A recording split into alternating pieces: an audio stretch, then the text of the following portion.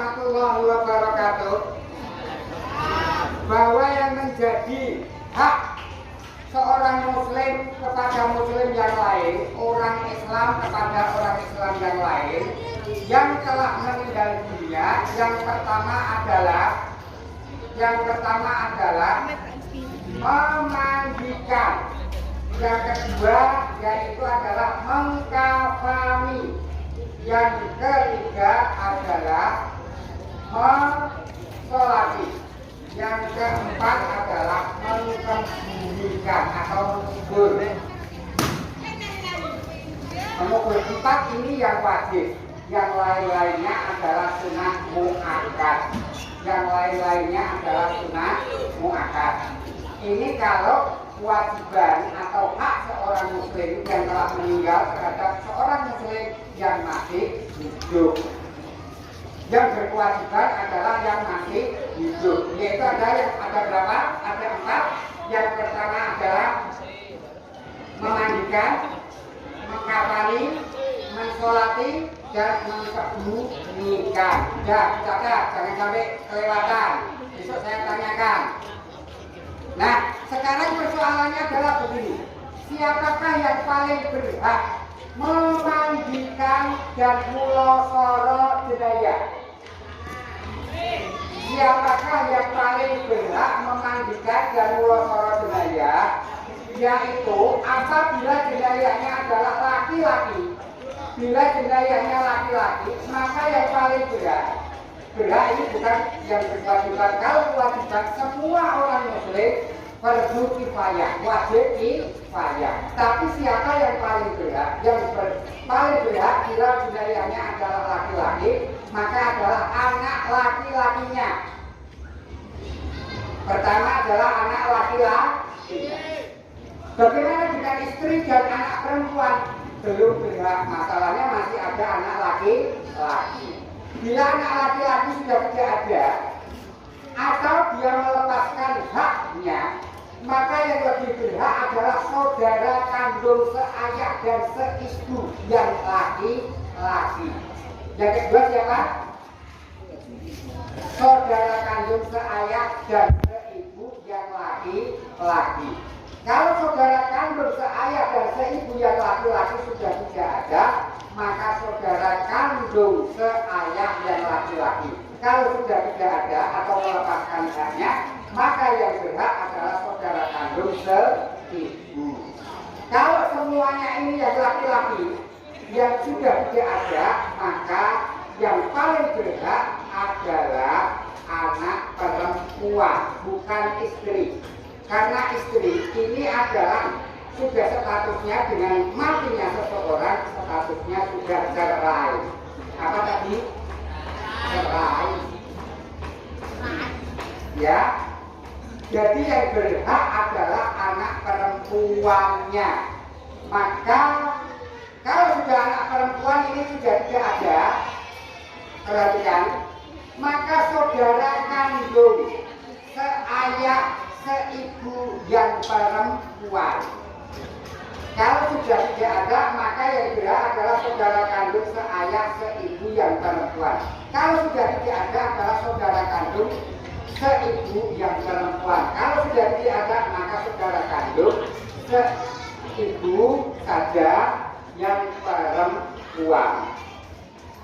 Kalau urutan-urutan hak dan kewajiban ini sudah tidak ada, maka yang berhak adalah orang umum, yang laki-laki, bukan yang perempuan. Kono tombole yang wedok kaya umek-umek barang. Bukan bareng. Ya, karena masih ada yang laki-laki, mereka budayanya laki-laki. Kalau yang laki-laki sudah tidak ada, berarti orang kampung, sak kampung itu orang lanang. Kowe tuwa kabeh. Delala termasuk wong lanang. Maka wong wedok diperkenankan untuk mulosoro atau memandikan jenayah. Jadi urutannya begitu, jangan sampai terbalik. Begitu pula kalau jenayahnya perempuan adalah kebalikan daripada yang saya terangkan tadi. Tidak usah saya ulangi lagi. Karena kalau saya ulangi maka menjadi sangat panjang. Waktunya akan habis. Yang pertama kali yang dilakukan oleh seseorang, siapapun di antara kalian tetap punya keluarga. Bila seorang anggota keluarga kita dalam kondisi intikal itu berpindahnya alam dari alam dunia ke alam barzakh, maka yang pertama kali adalah talqin. Talqin itu adalah menuntun. Talqin itu maknanya adalah menuntun. Apa yang dituntun? Yaitu adalah kalimat la ilaha illallah. La ilaha illallah. Tapi dengan ketentuan begini semuanya. Jangan sampai disuruh orang yang sedang nanjak kejet gitu, jangan disuruh nyebut.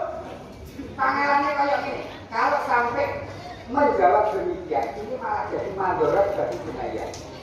Mangkola di akhir kalamihi, mangkola barang siapa yang dalam akhir dari ucapannya la ilaha illallah dakhalal jannah al-hadis. Dawuh Kanjeng Nabi begitu.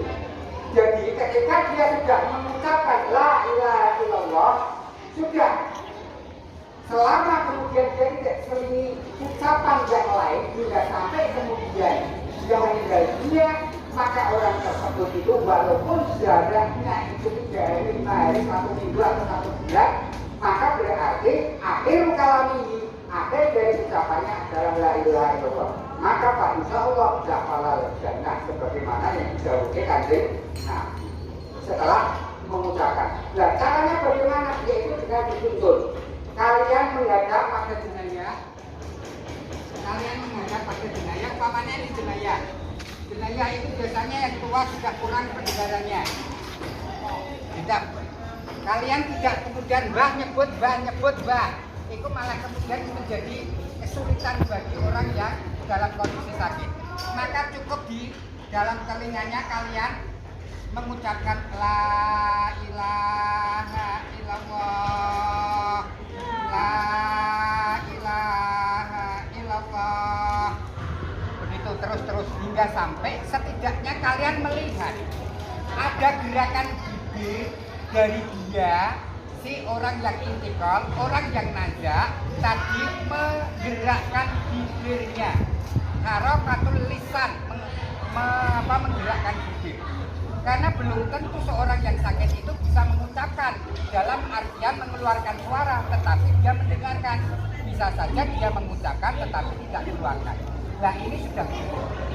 Bila sekiranya semuanya perhatikan, bila sekiranya ucapan itu sangat berat sekali dan mengkhawatirkan kalimat yang diucapkan tidak sampai kamil, sampai tam, maka cukup mengucapkan Allah. Karena umpamanya la ilaha terus mati blank, berarti artinya apa?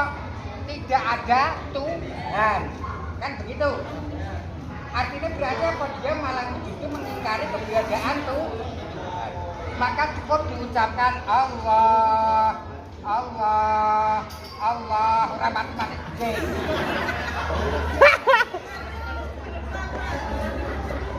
Allah, Allah. Kalimat jalalah Allah, dengarkan. Kalimat jalalah Allah ini adalah kalimat yang paling mudah bisa diucapkan tanpa menggerakkan lidah. Allah, Allah. Coba diucapkan tanpa menggerakkan lidahmu, kan bisa. Allah, Allah. Bisa ya? Oleh karena itu, asma Allah, ismul zat, ini adalah kalimat yang paling mudah. Orang yang paling dalam kondisi sangat mengkhawatirkan pun akan mudah mengucapkannya, yaitu adalah kalimat Allah, Allah. Tidak harus fasih, Allah juga boleh, karena sudah dalam kondisi yang sangat berat sekali. Setelah itu, ketika perhatikan untuk mengetahui bahwa jenayah ini benar-benar sudah mati atau belum, yang pertama kali dilakukan adalah melihat pernapasan. Kalian kalau punya kaca bedah itu, kaca yang ada di bedah itu ditaruh di depan hidung. Kalau dia mengembun berarti dia masih bernapas. Dia ini nyawa. Kalau masih mengembun, kalau tidak mengembun, lalu ditarik disebut dengan pembuluh vena. Pembuluh dari jantung ke seluruh tubuh. Kalau dari seluruh tubuh ke jantung namanya apa? Pembuluh arteri. Arteri Soekarno-Hatta. Ya. Nah itu maka mana tempatnya yaitu adalah yang ada di pergelangan tangan ini atau yang ada di bawah telinga ini ada juga namanya pembuluh vena. Ini ada rotongan tembus. Kalau sudah itu, ini adalah mengetahui secara sekunder. Yang lebih primer lagi, kalian mencari satu baterai. Senter yang di baterai. Mata, ini di seloleknya penjelitnya ini. Terus kemudian kamu disoroti dengan mata ini. Lihat. Nah, pupil mata ini secara refleks akan menutup. Kalau ada sinar, kalau ada cahaya, maka ireng-ireng ini orang kayak dari sini, itu secara otomatis akan menutup. Itu menandakan dia masih hidup. Tapi kalau kemudian bersoroti terkak, ini diam saja, ini pertanda bahwa dia sudah mati. Ya. Tetapi demikian itu, kalian diamkan dulu sampai 2 jam. Ojo wes mati aja dusi. Nah, kok jadinya mati suri. Dusi terus dibersihkan apa kok siap. Nah, diamkan sampai 2 jam. Karena bisa jadi orang yang jantungnya kram. Ini juga demikian itu. Artinya apa? Refleksi dalam tubuhnya sudah tidak berfungsi lagi. Maka diamkan 1-2 jam. Maka setelah 2 jam ini tanda-tandanya panas tubuh akan menghilang. Bisa kalian mencari termogan atau alat tembak itu atau kemudian pakai termometer. Tapi hal itu kan sangat sulit sekali apalagi kalau di pedesaan. Apalagi dalam kondisi yang terpepet. Boleh koyo ngono yo kangelan. Cukup dengan mendeteksi secara sekunder yang 3 tadi yang saya berikan itu ya. Nah ini sudah sangat cukup. Setelah itu setelah 2 jam baru kalian kalau ini pakai pakaian apalagi yang jenayahnya pakai katok levis, pakai jaket levis. Biasanya seseorang yang sudah meninggal ini akan menjadi agak lebih kaku. Jadi jangan sampai kemudian paksa aja dicopot. Tangannya terus asal-asalin ini terus menek ya, nah, maka kalian mengambil gunting. Yang pertama kali dipotong yang mana? Lengannya. Hingga sampai kemudian sini. Ini juga begitu. Setelah ini potongan, ini lengan mudah dilepas. Baru diplok terok. Buah lanang, buah wedok yo diplok terok. Begitu pula katok levisnya. Kalau dia itu meninggal dari rumah sakit, biasanya ada infus. Biasanya orang menginfus itu dikasih apa namanya? Plaster. Plasternya itu meninggalkan bekas-bekas lemnya. Ini kalian resik dulu. Setelah resik, kalian baru menyiapkan 3 orang. Kalau ini jenayahnya adalah jenayah laki-laki adalah 3 orang laki-laki. Tangan kanan di atas. Saya kemenang. Mengambilnya begini. Mayatnya sobek. Saya kemenang bayar rasa melu-melu. Nah. Mega. Ayo kita balik lagi. Angop. Nah, gini. Karena telu. Telu. La ilaha illallah.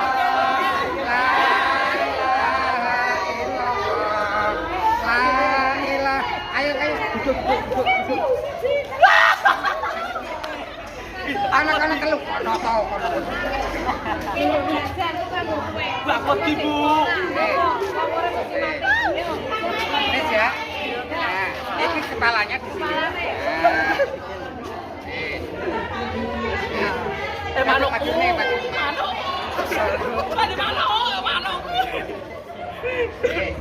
Sudah ya?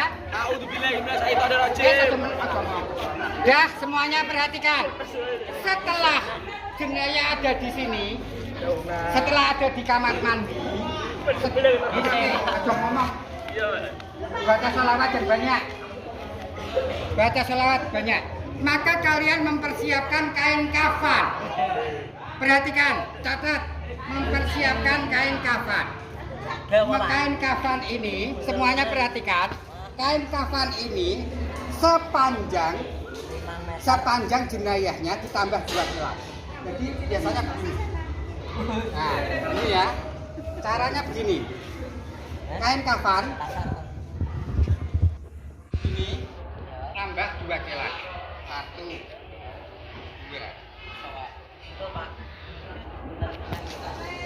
Amit. Ini kalian potong, terus kalian sobek. Nah, ini adalah dagangan kain kafan. Berapa kain kafannya? Yaitu adalah 3 lagi.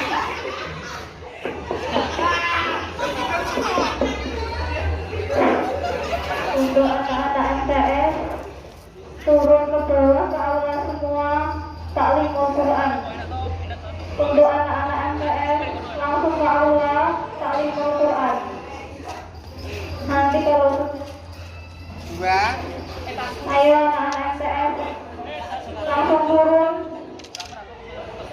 biar cepat pulangmu.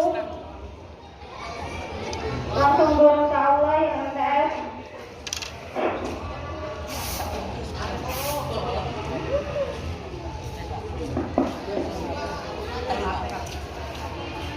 Ini kira-kira kotor enggak panjangnya? Sama ya. Karena biasanya kain itu punya alurnya kalau dipotong demikian itu justru lebih simetris daripada nanti dipotong pakai digunting. Bisa mencong-mencong.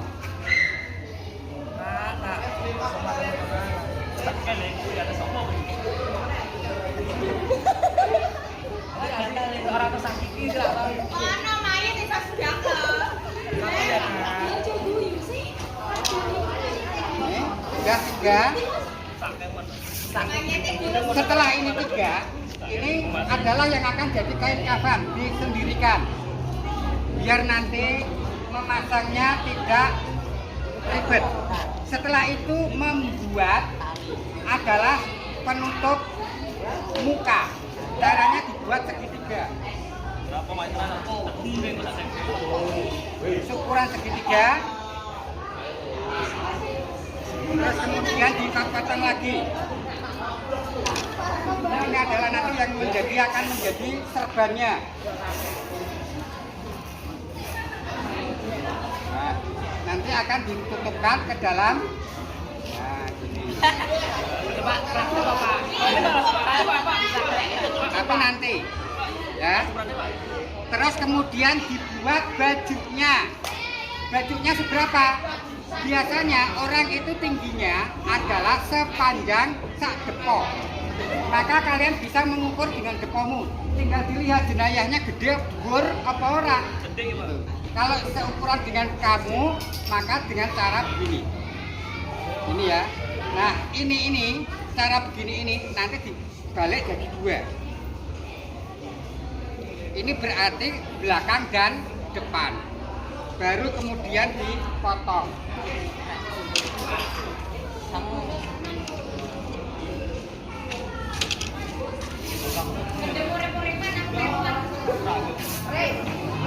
Setelah itu, perhatikan semuanya.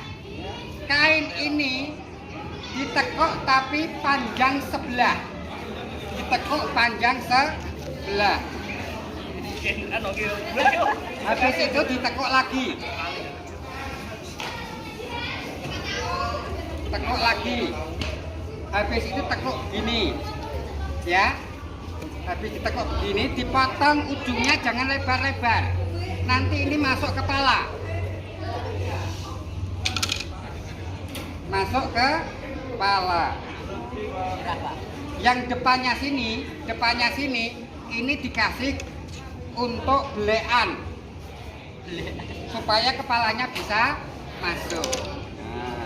Jadi nanti akhirnya jadi rapi, bolongannya ora kegedean ngebleh-ngebleh. Nah, ini sudah jadi baju. Setelah itu, ini adalah kita membuat jariknya. Ya, ini ya, jaraknya begini, jarik begini ini, tidaknya begini, maka dipotong. Jadi sebagai modin, siapa tahu di antara kalian ada yang jadi modin, bisa jadi praktek langsung dirimu. Jadi nanti kalian bisa kemudian mengukur jenayah dengan diriku sendiri.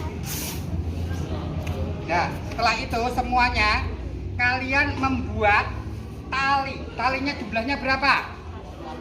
4 apa 5? 5 apa 6? 6 apa 7? Jumlahnya terserah.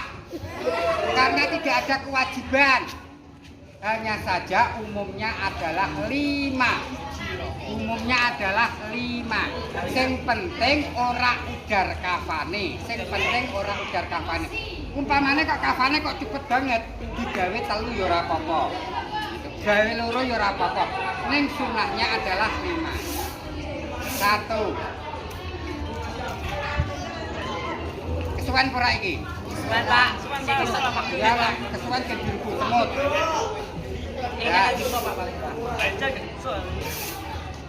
2. Ini nanti kalau sudah selesai bisa untuk persiapan. Siapa tahu di antara kalian ya. 3.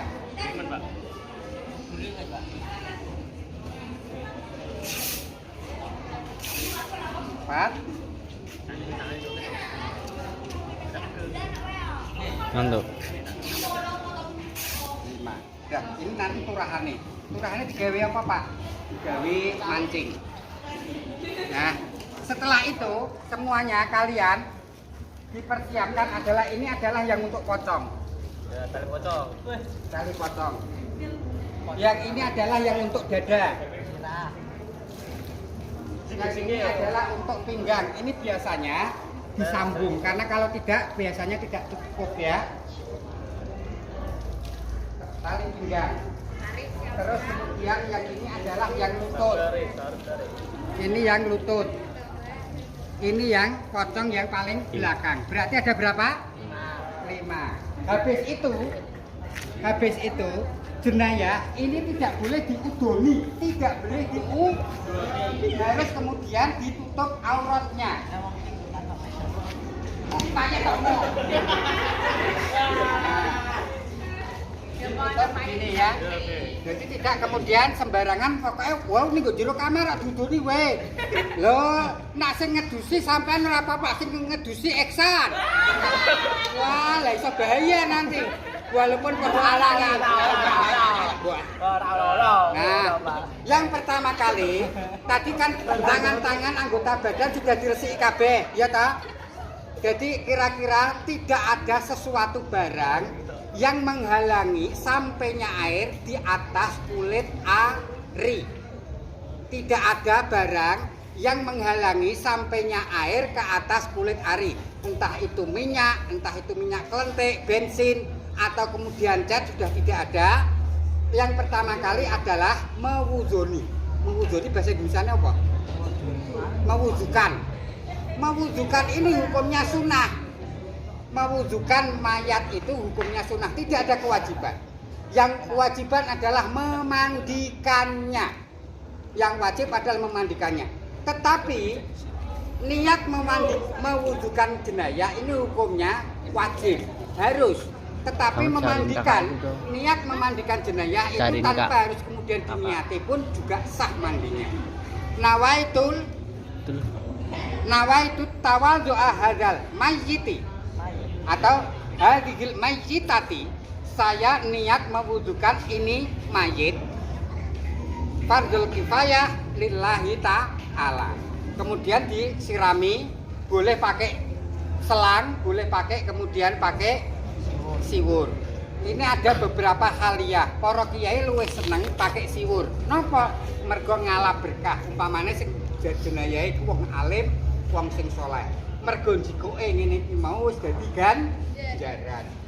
Apa yang harus pertama kali dilakukan yaitu membaca bismillah wa ala millati rasul. Baleni Kang.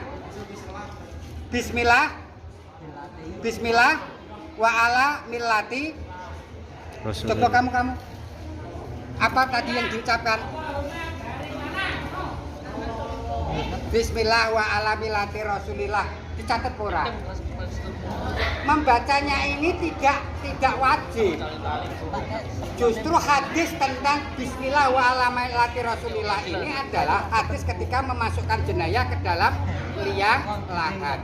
Tetapi para ulama-ulama wong-wong saleh ning Indonesia iki nak memandikan sebelum kemudian setelah kemudian niati wudhu terus membaca itu terus kemudian diwudhu sampai sebagaimana runtutan tertib wudhu. Muka, tangan kanan, tangan kiri, terus kemudian sebagian dari kepala, terus kemudian kaki. Baru kemudian mak digebyur pakai air. Biur dari muka, dari atas hingga sampai bawah. Ya.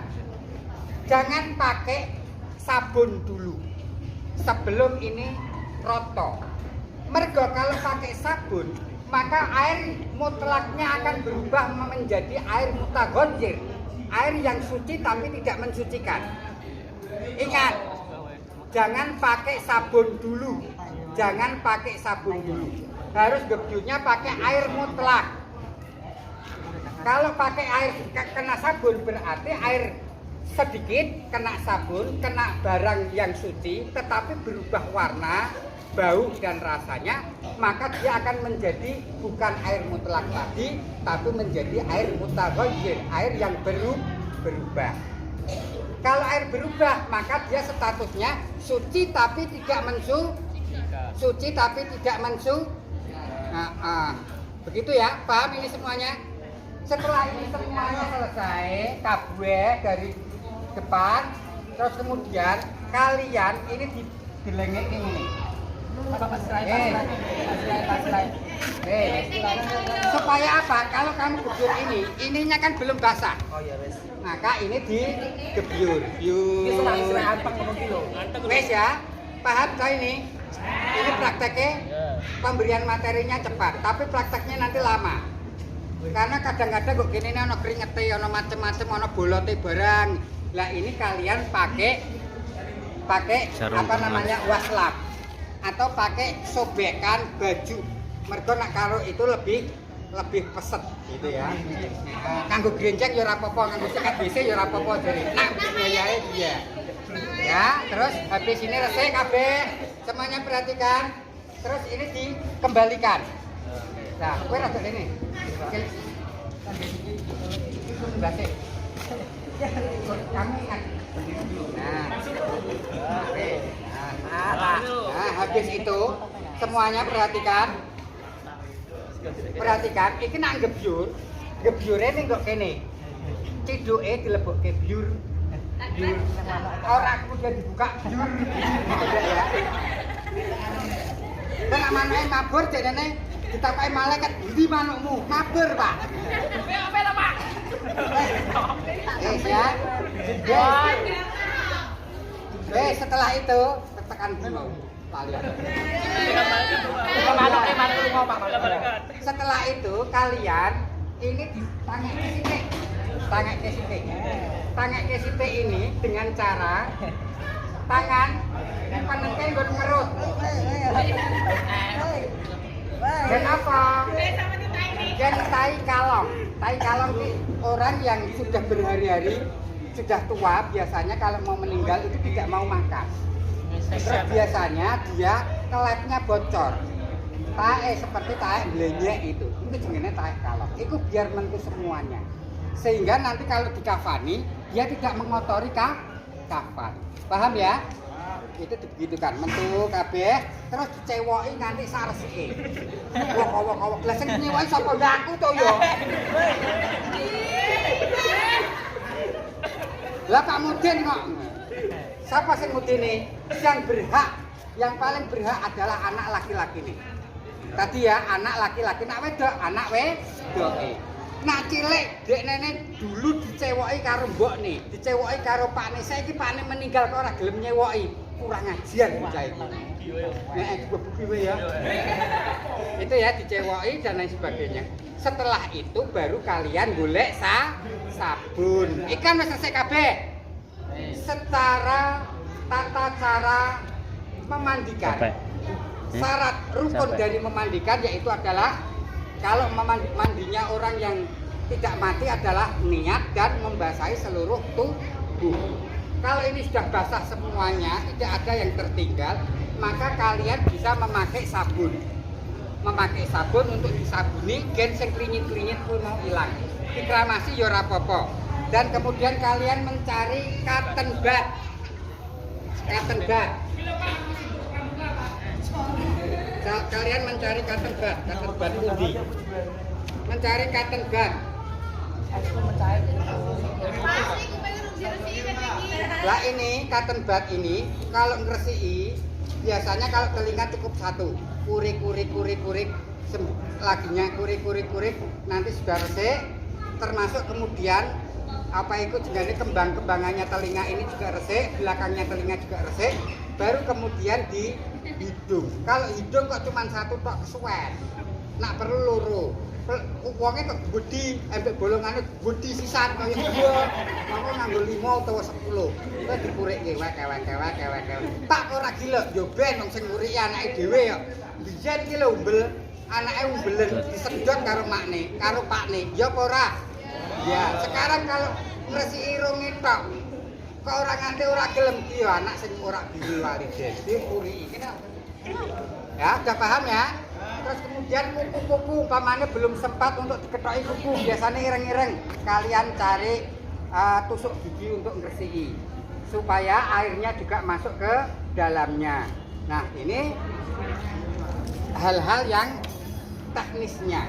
Yang penting adalah meratani air ke dalam tubuhnya. Setelah itu disabun semuanya. Setelah disabun semuanya, anduk ini kan basah. Handuk kan basah. Ini kalian cari anduk yang lain. Cari anduk yang lain. Anduk yang lain ini. Cari anduk yang lain. Anduk ini nanti ditaruh di atas. Lah. Wes ya. Ini terus kemudian ini dianduk nganti resik. Nanti anduk ditarik ke bawah. Anduk taruh di bawah, anduk yang basah ditarik. Nah, berarti ketutupan. Nah, setelah ketutupan iki sampirke budi delok ya kena. Nah, habis itu terus kemudian dianduki kabeh, terus kemudian ini pakai anduk yang lain hingga sampai anduk ini selesai. Jadi caranya begitu ya. Ya, jadi tidak sama sekali auratnya terbuka. Hati-hati.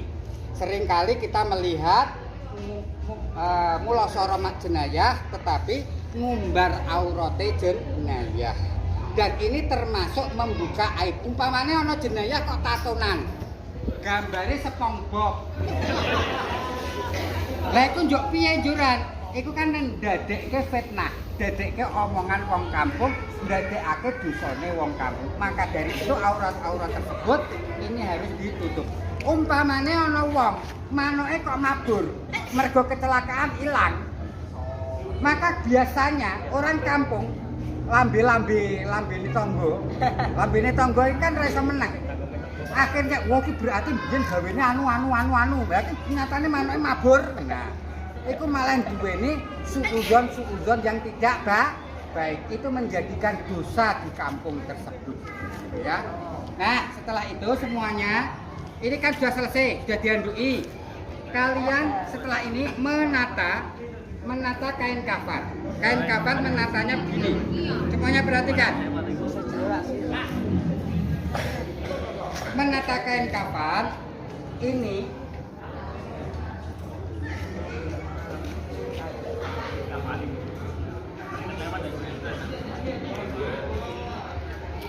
gini ya.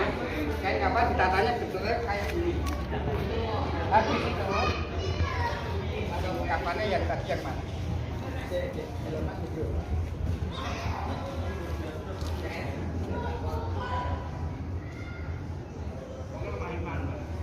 Kenapa tidak sejajar? Karena bisa jadi jenayahnya gede, lemu.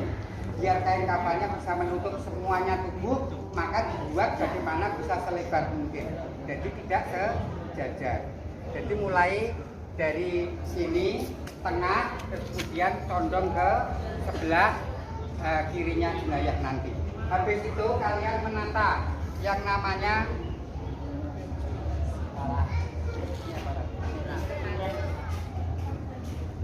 serban. Nah, kalau serban maka ditata sebagaimana serban.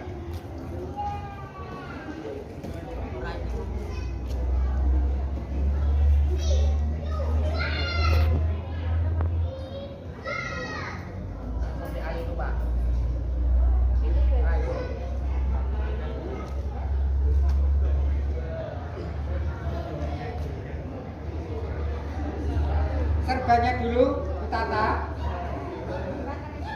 ya, serban ditata begini.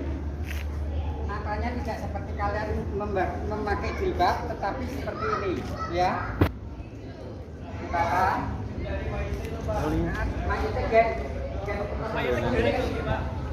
Kalian ini kain kafan yang akan jadikan baju ini dilembarkan begini.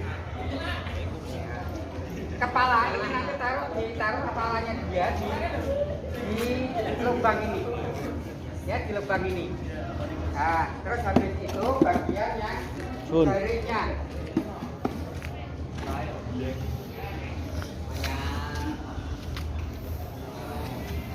garisnya sebelah sini.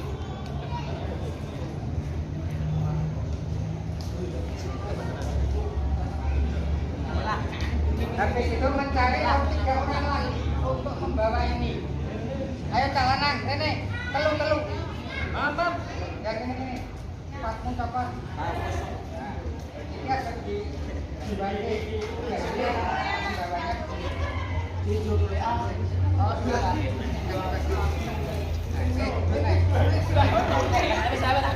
Tangan kiri di bawah, tangan kanan di atas. Ambil kepalanya. Sekali. Ayo tekan begini.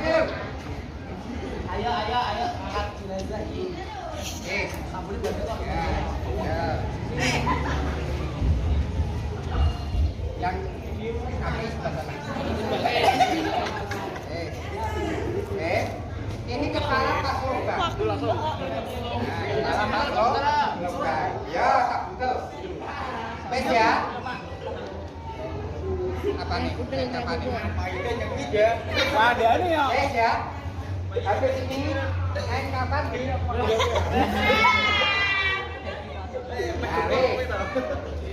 Tangannya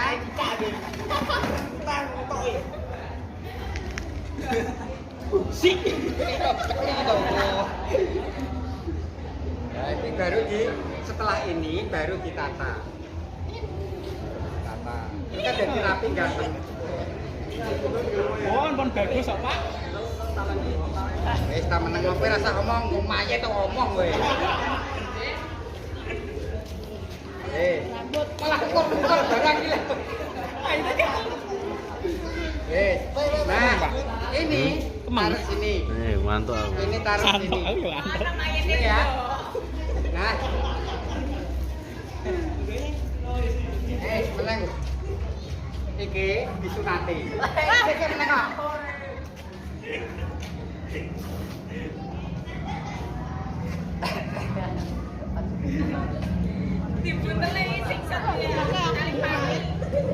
Ini tali pati tidak apa-apa. Yang tidak boleh tali pati nanti tali pocongnya. Tali untuk kapal. Ini supaya tidak.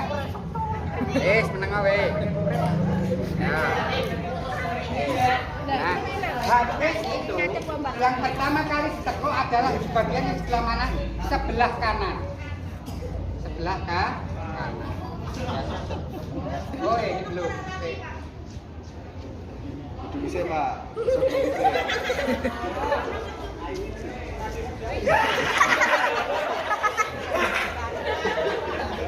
Semuanya itu menjelaskan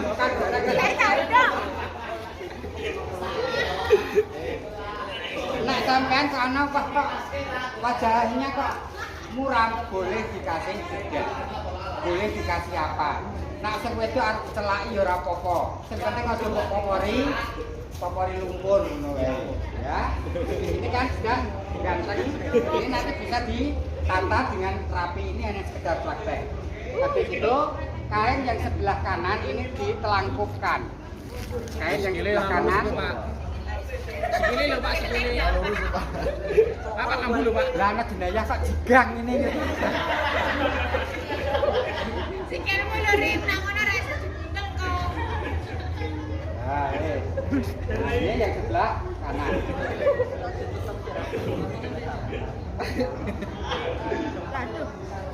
Nah, ini ditata. Ini ora apa-apa, ora sampekan. Ya. Yo, ora tau mikir yang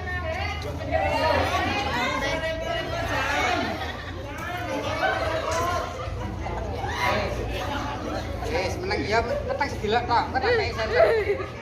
Ini yang pertama kali mana? tali ini. Talinya sebelah kanan. Cucuk, sebelah kanan. Perhatikan sebelah kanan. Karena nanti jenayah dihadapkan ke kiblat, maka miring ke kiblat. Ya toh? Pak, dibagi Ini kanan apa kiri? Oh kiri, sebelah kiri. Bukan.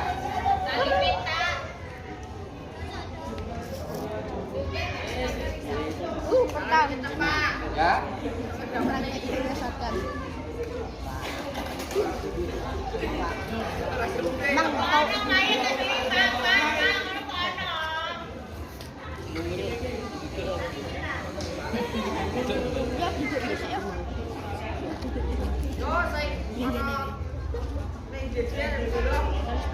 Nah ini biasanya ini tali pocongnya terakhir setelah mau diangkatkan.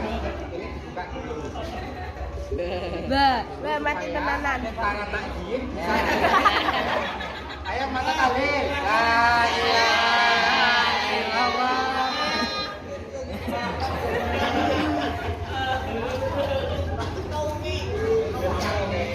Hilang siji. Ya itu lho Pak. Lah itu di atas lho Pak. Niki Pak. Oh ini. Ya. Nah ini nanti ditata. Ora iso gerak. Demikian rupa supaya rapi. Mana pocongnya dagang ngono wae. Ini kalian tata.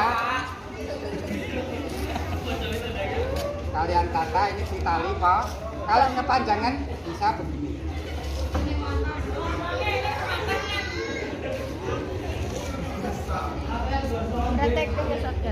Ini tidak saya tali yang rapi supaya cepat gitu ya. Nanti setelah kemudian mau diangkat ke gedung. Ini Pak.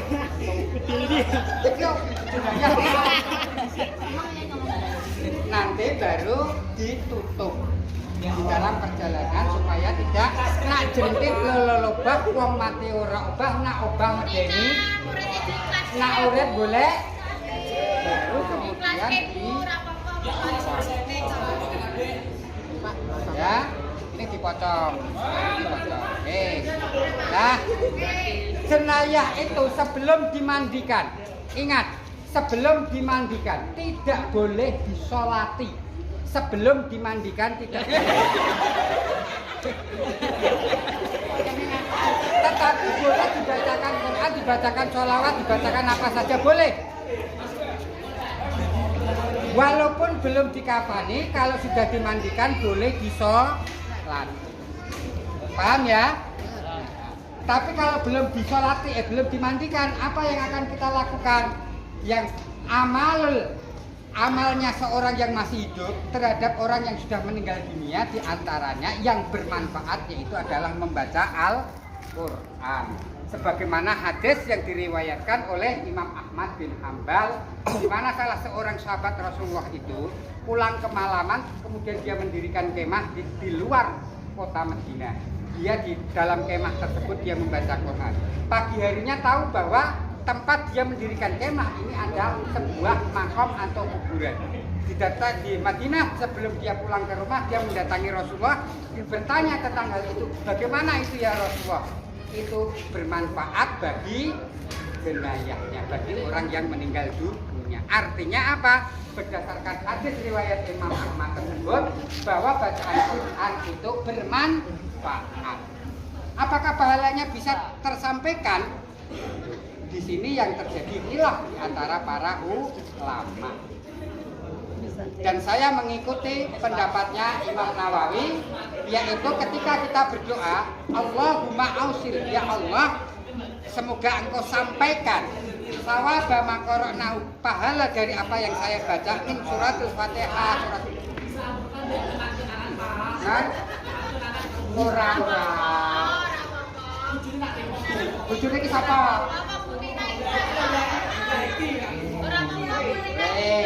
Ini maka akan lah habis itu, setelah itu nanti kalau dia mengangkat, mau mengangkat seperti kerendah, itu seperti halnya tadi cara mengangkatnya.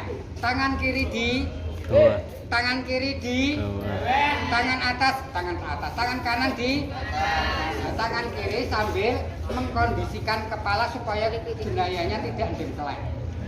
Pertanyaannya begini, kalau ada jenayah kakinya tidak bisa diluruskan, jepaplang, kakinya jeplaplang, umpamanya kakinya jepaplang, kakinya tidak bisa dikafani begini ini. Karena apa? Karena kaku, nggak bisa kakinya umpamanya begini, menengah sih. Ini apa harus dikafani? Tidak, kafani yang semampunya. Sikile kayak gini piye Pak Yusra apa? Ora perlu kemudian kalian buat entot. Ini nanti justru akan merusak daripada jenayah. Paham ya? Keterangan dari saya kurang, saya mohon maaf yang sebesar-besarnya. Semuanya itu dari Allah Subhanahu wa taala, dari saya hanya sekedar apa yang menjadi kewajiban saya untuk menyampaikan kepada kalian. Paham ya semuanya?